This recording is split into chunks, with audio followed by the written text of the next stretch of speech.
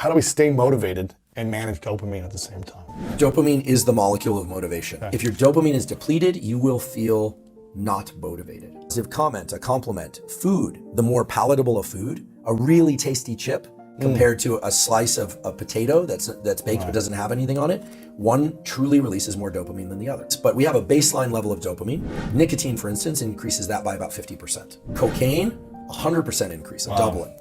Methamphetamine, 1,000 or even 1,000-fold increase. Holy cow. So huge increase in dopamine. That's why it's so addictive. So addictive, but what happens after that big dopamine increase is that the baseline levels of dopamine go below what they were before, because dopamine increases focus, it increases motivation, and it increases drive, essentially, the willingness to get into action in pursuit of goals. Just when you're constantly pursuing things, eating highly palatable foods, engaging in very stimulating anything, any behavior that's very stimulating, there's a drop below baseline, and it takes an increasingly great stimulus, high threshold stimulus, in order to excite you. So if people are feeling bored, unmotivated, unstimulated, most of the time it's because they are overindulging in things that keep pounding this dopamine system, but the baseline of dopamine is going down, down, down, down, down. Now there are a few hacks that can actually help, and Anna talks about some of these in her book.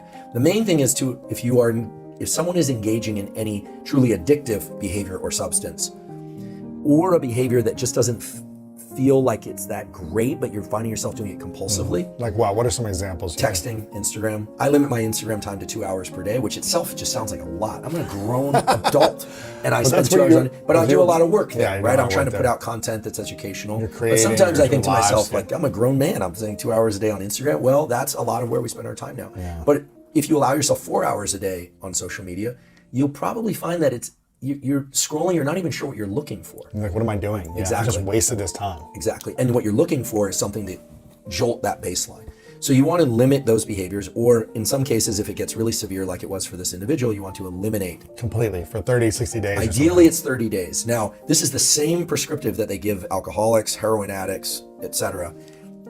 But some of those drugs, of course, have actual withdrawal symptoms that can be problematic. These days, I'm not a pot smoker. I've never liked drugs or alcohol. I kind of lucked out that way.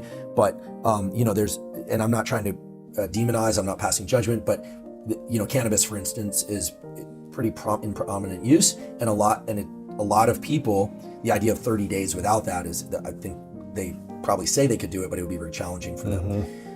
And I'm not here to tell people what to do, right? Then there's about drugs, alcohol, or anything, but the idea is 30 days of no interaction with that thing, person, behavior, I mean, all sorts of things, so that you can enjoy other things. I like to say, addiction is a progressive narrowing of the things that bring you pleasure. And if I may, enlightenment is a progressive expansion of the things that bring you pleasure. Right. All of that hinges on this dopamine system. So you have to be very judicious in your interactions with things that deliver pleasure, or else they will soon not deliver pleasure, and they will diminish your pleasure for everything else that you interact with. So the way to think about this is just to set up constraints, because social media isn't just comments. You and me say, oh, like Lewis put something up. There's that stuff's great. But then there's also a lot of violent stuff, politically intense stuff. There's a lot of friction. There's a lot of joy. Yeah. I mean, you're essentially going to the dopamine carnival. And so you need to restrict the amount of time. The key is to take this dopamine system and set it up for you to be able to be motivated and focused. And the way to do that is to make the experiences around that thing that you want to be motivated to do a little less or a lot less exciting.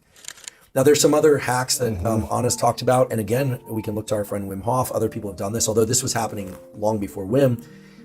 There's a beautiful study published in the European Journal of Physiology showing that getting into cold water, so this could be cold shower, could be ice bath, could be any number of different plunge type things, or an ocean or whatever that people want to use, for anywhere from 3 to 6 minutes, creates a 2.5x increase in dopamine that lasts many hours. So it's a unique stimulus because it's not like a spike and then it drops. It's like a long arc increasing your baseline dopamine, increases alertness, feelings of well-being. So they did blood draws in this study, so these are real data. They weren't. It wasn't conjecture. They really know this. And there are some cases of people who were full-blown addicts or people who are struggling with ADHD who start doing regular cold water exposure, 3 to 6 times a week, 3 to 6 minutes at a time, and discover that, wow, they actually can focus because they're getting that dopamine increase. Wow. Yeah.